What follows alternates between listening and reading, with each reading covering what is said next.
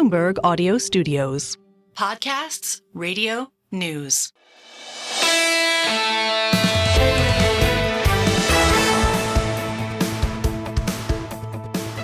The single best idea. Shout out to Robin Wigglesworth. Bloomberg does a great job of this as well, but Robin's the one at the FT that sort of codified it, which is the comedy act of keeping track of the annual outlooks. Here's the way it works, folks.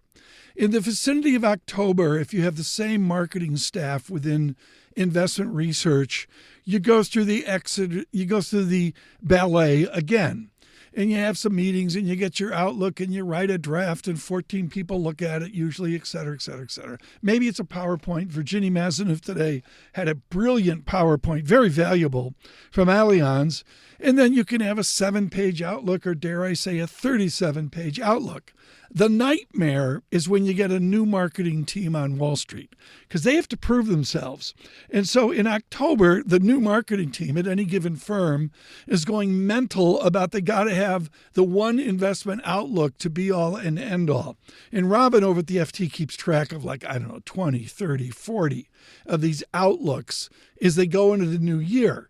And everyone knows, including the entire Bloomberg Surveillance team, they're useless. I mean, basically, I'll be polite and say John Farrow talks about the end of March. Maybe you get to the end of February and they seem ancient, what was written on December 20th, to pick a date as well. What we try to do is move away from the outlooks more to the discussion. We begin with Jeffrey Rosenberg of BlackRock here, talking about the nuances of the yield curve of if the 2-year moves, the 10-year might not. You guys will remember the old Greenspan conundrum, right? Then he was raising rates, but long-term rates weren't going up. They were going down because back then China was reinvesting all of its trade surpluses back into treasuries, and we couldn't understand why the Fed couldn't control long-term interest rates. So I've talked about the possibility that we could see the new conundrum. And what's the new conundrum is here, we're cutting interest rates in the short end, but the long end isn't responding. That's exactly what happened in August, right? We cut interest rates 50 basis points. The long end went up. And I think when you look into 2025, right, we've taken down the amount of cuts that the Fed is expected, but they're still expected to cut rates. And if they do, and this is what yesterday's inflation print is kind of worrisome, is we're kind of getting into the consensus around this sticky inflation.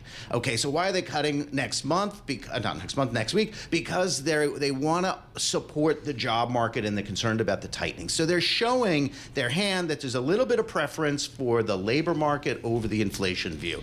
Okay, well, that's a problem for the rate cutting cycle because you can cut the front end, but the back end may be more worried about that sticky inflation and worried about some of those longer term issues around debt and deficits and the fiscal policy side.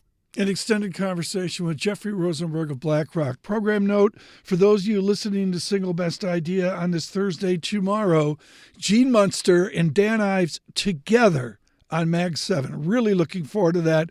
And yes, I usually don't, but you got to focus on Tesla. Right now is a moonshot. We'll probably lead off talking about Tesla with Munster and Ives. We'll do that tomorrow. On the equity markets, there's different characters, not of perma-bulls, but bulls riding with a certain force, a certain intelligence. And one of those clearly is Brian Belski of BMO Capital. He was on fire today and, of course, deserves to be within this great bull market. He talks about the factors. He's not a big fan. He's looking at fundamental things like earnings growth, free cash flow growth. On momentum, Belski of BMO. One of the things that, quite frankly, drives us crazy is everyone talking about this momentum investing. But if you go back to 1990 in the U.S. stock market and you look at rolling returns, the best 5 factors, which everybody wants to talk about factors, are fundamental. Number one's low price, but the rest of them are price to free cash flow, enterprise value to EBITDA, earnings growth increasing over the next 3 months. So I think we're returning to that slowly, which again favors amazing assets here in the United States. And that's why we're overweight technology, financials, and consumer discretionary, and a little bit in the communication services area, especially considering those are the growth areas. But really, from a consistency of growth basis, Tommy, they're the most consistent growers. I mean, Brian Belski, they're calling me Tommy. I mean, my mother called me Tommy. Usually I was in trouble when I was Tommy. Brian Belski of BMO Capital Markets. On your commute across this nation, on Bloomberg Radio, Apple CarPlay, Android Auto, Sirius XM Channel 121. On the quarter, let's start up at Mount Katahdin and Mount Washington on down. WBOS 92.9 FM Boston. Humbled by the initial response there. Thank you so much, Greater New England, for listening on 92.9 FM, 99.1 FM in Washington, and Bloomberg 1130 in New York. On YouTube podcasts, Single Best Idea.